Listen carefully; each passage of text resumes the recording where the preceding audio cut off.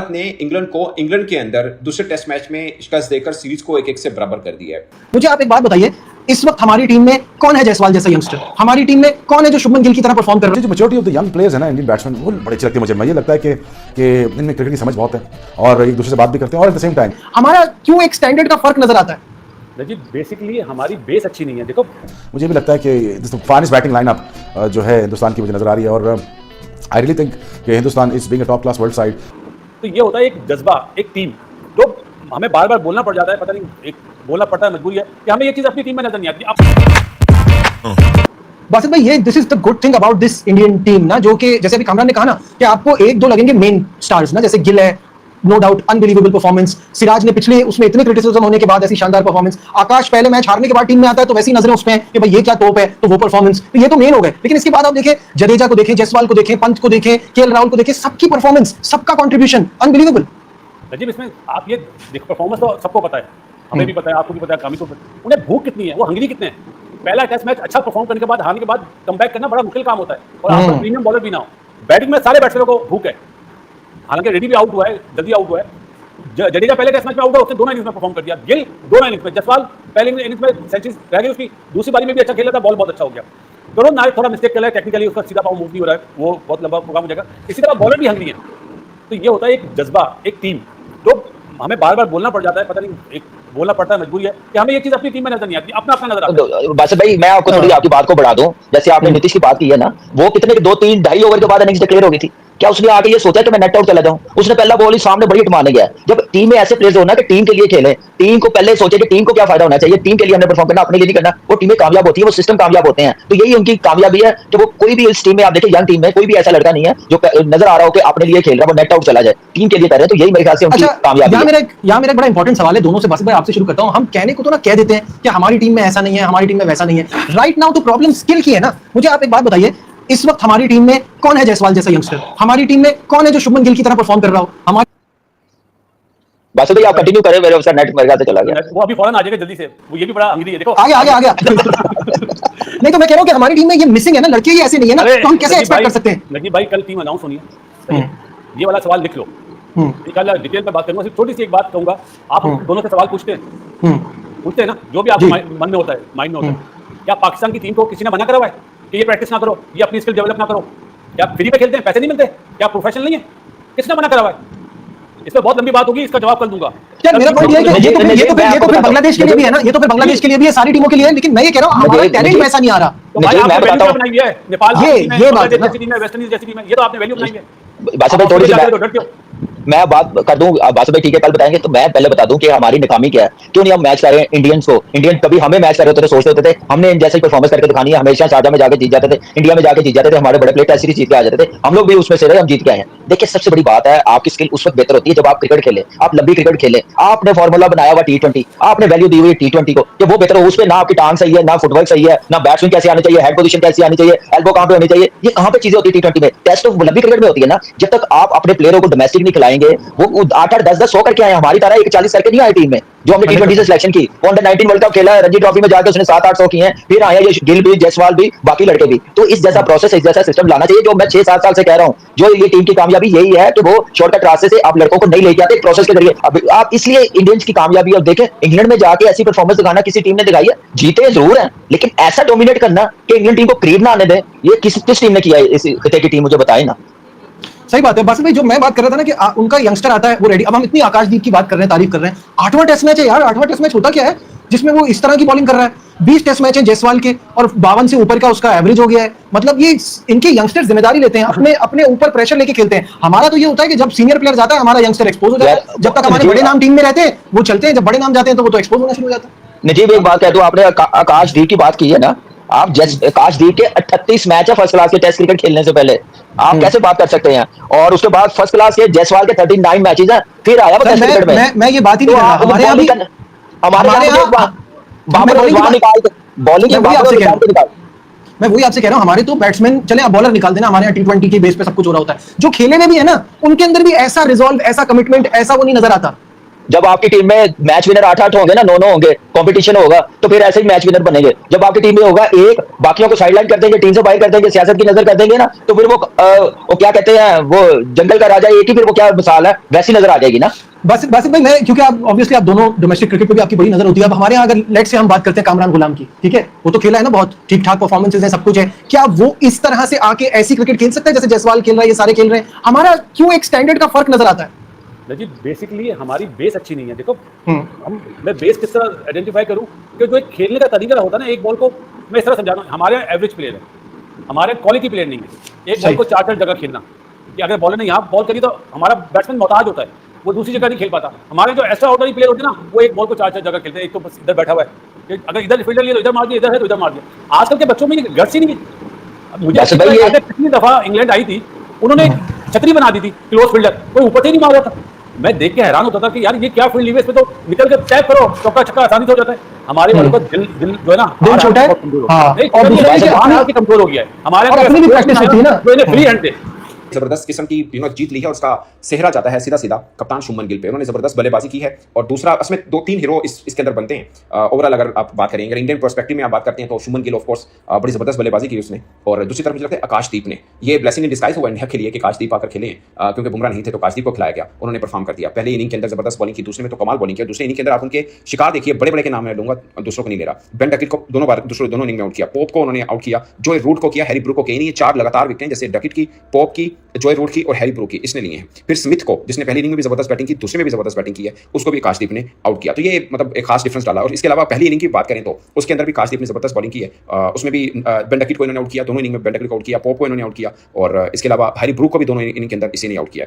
तो अगर से एक बॉक्स को आउट किया था, बट ओवरऑल जबरदस्त बॉलिंग की। पहली इनिंग के अंदर 6 विकेट्स ली थी सिराज ने भी और आकाशदीप ने 4 ली, मगर दूसरी इनिंग के अंदर सिराज वैसे बॉलिंग नहीं कर पाए, बट आकाशदीप ने शायद उनको मौका भी नहीं दिया। ओवरऑल अगर बैटिंग की बात करें तो दोनों इनिंग्स के अंदर खास जो डिफरेंस डाला वो शुभमन गिल का था। 269 फर्स्ट इनिंग में उन्होंने रन किए थे, वहां पर जडेजा के 89 रन भी बहुत खास थे, क्योंकि जडेजा और शुभमन गिल की जो पारी लगी थी वो खास थी, क्योंकि मुझे पता है कि 5 आउट इनके हो गए थे 211 के अंदर, आधी टीम आउट हो गई थी। उसके बाद इतने जबरदस्त बैटिंग की 587 रन बना दिए थे, वो बहुत बड़ा डिफरेंस था। अगर से आगाज में जायसवाल ने भी जबरदस्त बैटिंग की थी, मगर इंडिया की दूसरी इनिंग के अंदर भी 161 रन शुभमन गिल ने किए और वहां पे भी जडेजा ने 69 रन किए। पंत के 58 बॉल के ऊपर 65 रन, 3 छक्के 8 चौके, 112 की इकोनॉमी के साथ, स्ट्राइक रेट के साथ बैटिंग करना, वो भी खास पॉइंट था। तो ओवरऑल इंडिया को अगर इंग्लैंड के अंदर जीतना है, ऑफ कोर्स उनकी स्ट्रेंथ बैटिंग है, बट बुमराह नहीं है तो उनकी स्ट्रेंथ टोटली सारा का सारा प्रेशर बल्लेबाजों पर आता है। बट ये मैच इंडियन क्रिकेट फैंस मुझे तो याद रखेंगे, शायद मुझे लगता है कि इंग्लिश खिलाड़ी भी याद रखेंगे, क्योंकि वो उम्मीद नहीं कर रहे थे कि इंडिया इस किस्म का बाउंस बैक करेगा उनके ऊपर, इस तरह से के अटैक करेगा, उनके अपने घर के अंदर उनको हराएगा। सोचिए टॉस जीता इंग्लैंड ने था और टॉस जीत के पहले बॉलिंग को की और 587 रन बनवा लिए। दोनों इनिंग के अंदर इंग्लैंड ने कुछ खास बल्लेबाजी नहीं की। पहली में That was too good और again Hindustan has cracked the code। मुझे आप एक बात बताइए, इस वक्त हमारी टीम में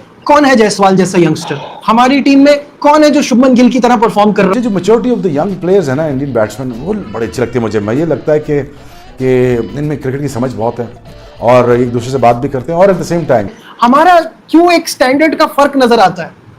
जी बेसिकली हमारी बेस अच्छी नहीं है। देखो मुझे भी लगता है कि दिस फाइनेस्ट बैटिंग लाइनअप जो है हिंदुस्तान की मुझे नज़र आ रही है, और आई रियली थिंक कि Hindustan is being a top class world side. तो ये होता है एक जज्बा, एक टीम, जो हमें बार बार बोलना पड़ जाता है, पता नहीं एक बोलना पड़ता है, मजबूरी है कि हमें ये चीज़ अपनी टीम में नजर नहीं आती। बासित भाई, ये this is the good thing about this Indian team ना, जो कि जैसे अभी कामरान ने कहा ना कि आपको 1-2 लगेंगे मेन स्टार्स ना, जैसे गिल है, no doubt unbelievable performance, Siraj ने पिछले उसमें इतने क्रिटिसिज्म होने के बाद ऐसी शानदार परफॉर्मेंस, आकाश पहले मैच हारने के बाद टीम में आता है तो वैसी नजरें उस पे हैं कि भाई ये क्या तोप है, तो वो परफॉर्मेंस, तो ये तो मेन हो गए। लेकिन इसके बाद आप देखें, जडेजा को देखें, जायसवाल को देखें, पंत को देखें, केएल राहुल को देखें, सबकी परफॉर्मेंस, सबका कॉन्ट्रीब्यूशन अनबिलीवेबल। रजीब इसमें आप ये देखो, परफॉर्मेंस तो सबको पता है, हमें भी पता है, आपको भी पता है, कामी को पता है, उन्हें भूख कितनी है, वो हंगरी कितने हैं। पहला टेस्ट मैच अच्छा परफॉर्म करने के बाद, हारने के बाद कमबैक करना बड़ा मुश्किल काम होता है, और आप प्रीमियम बॉलर भी ना हो। बैटिंग में सारे बैट्समैनों को भूख है, हालांकि रेडी भी आउट हुआ है, जल्दी आउट हुआ है।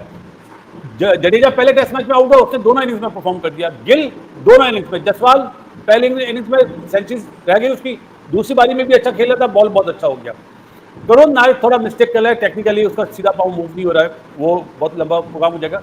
इसी तरह बॉलर भी हंगरी है, तो ये होता है एक जज्बा, एक टीम, तो हमें बार बार बोलना पड़ जाता है, पता नहीं एक बोलना पड़ता है, मजबूरी है कि हमें ये चीज अपनी टीम में नजर नहीं आती, अपना अपना नजर आता है। बस भाई मैं आपको थोड़ी आपकी बात को बढ़ा दूं, जैसे आपने नीतीश की बात की है ना, वो कितने 2-3-2.5 ओवर के बाद इनिंग्स डिक्लेयर हो गई थी। क्या उसने आके ये सोचा कि मैं नेट आउट चला जाऊं? उसने पहला बॉल ही सामने बड़ी हिट मारने गया है। जब टीम में ऐसे प्लेयर्स हो ना कि टीम के लिए खेलें, टीम को पहले सोचे कि टीम को क्या फायदा होना चाहिए, टीम के लिए हमने परफॉर्म करना, अपने लिए नहीं करना, वो टीमें कामयाब होती है, वो सिस्टम कामयाब होते हैं। तो यही उनकी कामयाबी है कि वो कोई भी इस टीम में आप देखें, यंग टीम में कोई भी ऐसा लड़का नहीं है जो नजर आ रहा हो कि अपने लिए खेल रहा है, वो नेट आउट चला जाए, टीम के लिए कर रहे हैं। तो यही मेरे ख्याल से उनकी कामयाबी है। यहाँ मेरा एक बड़ा इंपॉर्टेंट सवाल है दोनों से। बासित भाई आपसे शुरू करता हूँ। हम कहने को तो ना कह देते हैं कि हमारी टीम में ऐसा नहीं है, हमारी टीम में वैसा नहीं है। राइट नाउ तो प्रॉब्लम स्किल की है ना।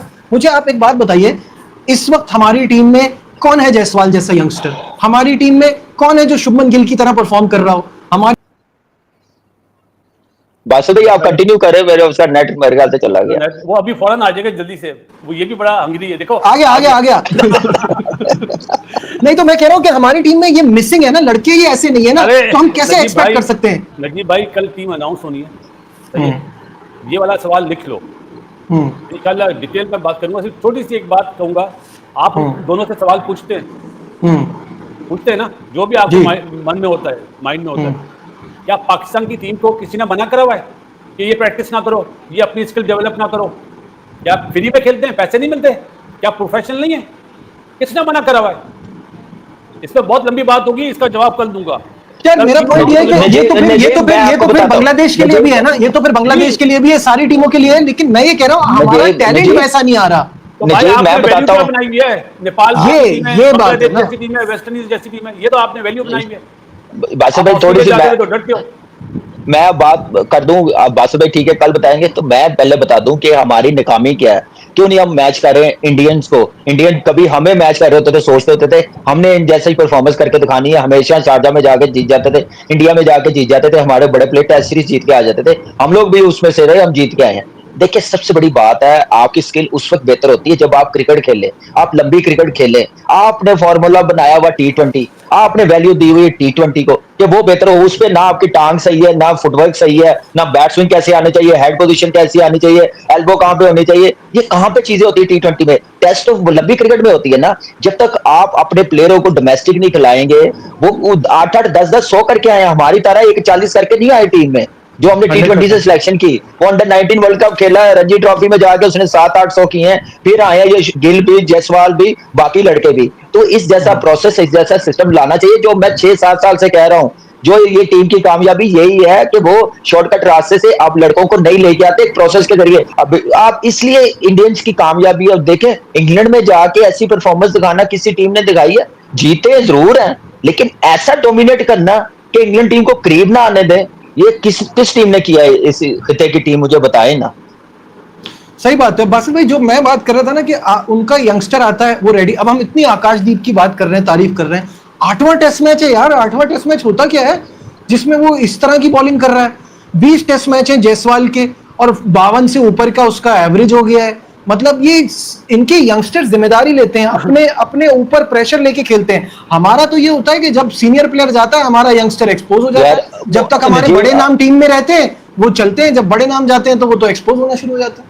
नजीब एक बात कह दूं, आपने आकाशदीप की बात की है ना, आप आकाशदीप के 38 मैच है फर्स्ट क्लास के टेस्ट क्रिकेट खेलने से पहले, आप कैसे बात कर सकते हैं? और उसके बाद फर्स्ट क्लास के जायसवाल के 39 मैचेस हैं, फिर आया वो टेस्ट क्रिकेट में। मैं ये बात ही नहीं कर रहा। हमारे यहाँ भी हमारे यहाँ बाबर और रिजवान निकाल बॉलिंग की, बाबर और रिजवान को निकाल। मैं वही आपसे कह रहा हूं, हमारे तो बैट्समैन चले, आप बॉलर निकाल देना, हमारे यहाँ T20 के बेस पे सब कुछ हो रहा होता है। जो खेले में भी है ना, उनके अंदर भी ऐसा रिजॉल्व, ऐसा कमिटमेंट, ऐसा वो नहीं नजर आता। जब आपकी टीम में मैच विनर 8-8 होंगे ना, 9-9 होंगे, कंपटीशन होगा, तो फिर ऐसे ही मैच विनर बनेंगे। जब आपकी टीम में होगा एक, बाकियों को साइडलाइन कर देंगे, टीम से बाहर कर देंगे, सियासत की नजर कर देंगे ना, तो फिर वो क्या कहते हैं, वो जंगल का राजा एक ही, फिर वो क्या मिसाल है, वैसी नजर आ जाएगी ना। बासित भाई, मैं क्योंकि आप ऑब्वियसली आप दोनों डोमेस्टिक क्रिकेट पे भी आपकी बड़ी नजर होती है। अब हमारे यहाँ अगर लेट से हम बात करते हैं कामरान गुलाम की, ठीक है, वो तो खेला है ना, बहुत ठीक ठाक परफॉर्मेंसेज है, सब कुछ है। क्या वो इस तरह से आके ऐसी क्रिकेट खेल सकता है जैसे जायसवाल खेल रहा है, ये सारे खेल रहे हैं? हमारा क्यों एक स्टैंडर्ड का फर्क नजर आता है? जी बेसिकली हमारी बेस अच्छी नहीं है। देखो मैं बेस किस तरह आइडेंटिफाई करूं कि जो एक खेलने का तरीका होता है ना, एक बॉल को मैं इस तरह समझा रहा हूँ। हमारे यहाँ एवरेज प्लेयर है, हमारे यहाँ क्वालिटी प्लेयर नहीं है। एक बॉल को 4 जगह खेलना, कि अगर बॉलर ने यहाँ बॉल करी तो हमारा बैट्समैन मोहताज होता है, वो दूसरी जगह नहीं खेल पाता। हमारे जो एक्स्ट्रा ऑर्डिनरी प्लेयर होते हैं ना, वो एक बॉल को 4 जगह खेलते हैं। एक तो बस इधर बैठा हुआ है कि अगर इधर फील्डर लिए तो इधर मार दिया, इधर है तो इधर मार दिया। आजकल के बच्चों में ये गट्स ही नहीं है। मुझे अच्छी तरह याद है, पिछली दफा इंग्लैंड आई थी, उन्होंने छतरी बना दी थी क्लोज फील्डर, कोई ऊपर से ही नहीं मार रहा था। मैं देख के हैरान होता था कि यार ये क्या फील्ड ली है, इस पे तो निकल के टैप करो, चौका छक्का आसानी से हो जाता है। हमारे वालों का दिल जो है ना, दिल छोटा है, बहुत कमजोर हो हाँ। नहीं, और दूसरा ये कि हार के कमजोर हो गया है हमारे। और अपनी भी प्रैक्टिस होती है ना, जो इन्हें फ्री हैंड थे। जबरदस्त किस्म की जीत ली है और उसका सेहरा जाता है सीधा सीधा कप्तान शुभमन गिल पे। उन्होंने जबरदस्त बल्लेबाजी की है और दूसरा इसमें 2-3 हीरो इसके अंदर बनते हैं। ओवरऑल अगर आप बात करें, अगर इंडियन पर्सपेक्टिव में आप बात करते हैं तो शुभमन गिल ऑफ कोर्स बड़ी ज़बरदस्त बल्लेबाजी की उसने।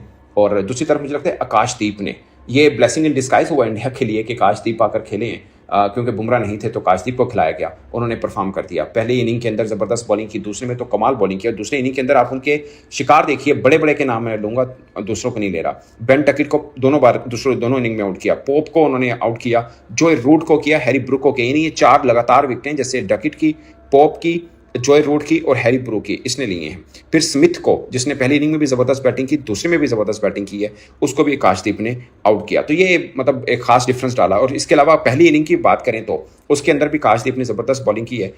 उसमें भी बेन डकिट को इन्होंने आउट किया, दोनों इनिंग में बेन डकिट को आउट किया, पोप को इन्होंने आउट किया, और इसके अलावा हैरी ब्रू को भी दोनों इनिंग के अंदर इसी ने आउट किया।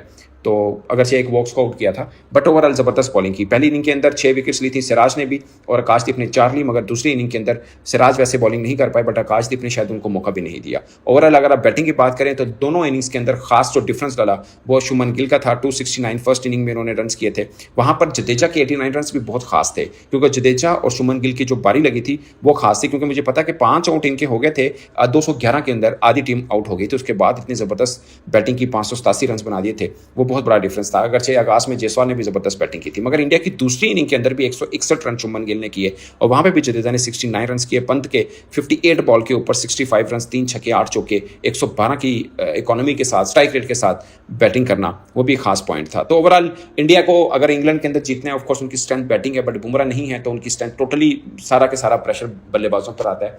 बट ये मैच इंडियन क्रिकेट फैंस मुझे तो याद रखेंगे, शायद मुझे लगता है कि इंग्लिश खिलाड़ी भी याद रखेंगे, क्योंकि वो उम्मीद नहीं कर रहे थे कि इंडिया इस किस्म का बाउंस बैक करेगा उनके ऊपर, इस तरह से के अटैक करेगा, उनके अपने घर के अंदर उनको हराएगा। सोचिए, टॉस जीता इंग्लैंड ने था और टॉस जीत के पहले बॉलिंग को की और 587 रन बनवा लिए। दोनों इनिंग के अंदर इंग्लैंड ने कुछ खास बल्लेबाजी नहीं की। पहली में इंडिया का पहला कैप्टन जो फर्स्ट डेब्यू में 336 रन से इंग्लैंड को हराया। पहला इनिंग्स में 587 रन, सेकेंड इनिंग्स में 427 रन करके इंग्लैंड को एक बड़ा टारगेट दे दिया।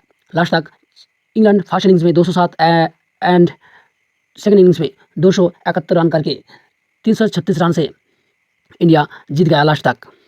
शुभमन गिल फर्स्ट इनिंग्स में 269 रन और सेकेंड इनिंग्स में और एक सेंचुरी लगा के मैच को आगे लेकर गया और लास्ट तक आकाशदीप और सिराज मिलकर पूरा किया। आकाशदीप फर्स्ट इनिंग्स में 4 विकेट और सेकेंड इनिंग्स में 6 विकेट, सिराज 7 विकेट लेके मैच को जीताया।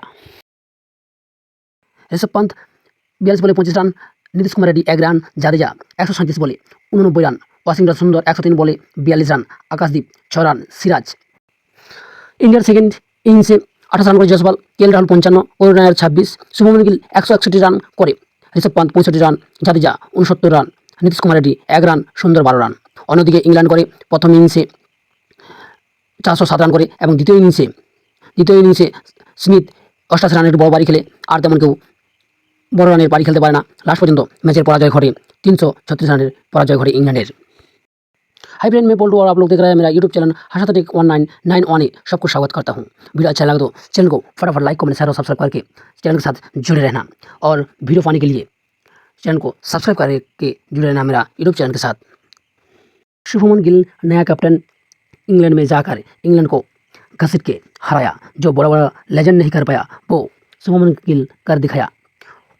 डीएसपी सिराज और आकाशदीप मिलके इंग्लैंड को तहस-नहस कर दिया। फर्स्ट इनिंग्स में आकाशदीप 4 विकेट, डीएसपी सिराज 6 विकेट और सेकेंड इनिंग्स में आकाशदीप 6 विकेट और सिराज 1 विकेट लेके इंडिया को बड़ा जीत दिलाया। वीडियो अच्छा लगे तो जरूर लाइक, कमेंट, शेयर और सब्सक्राइब कर देना।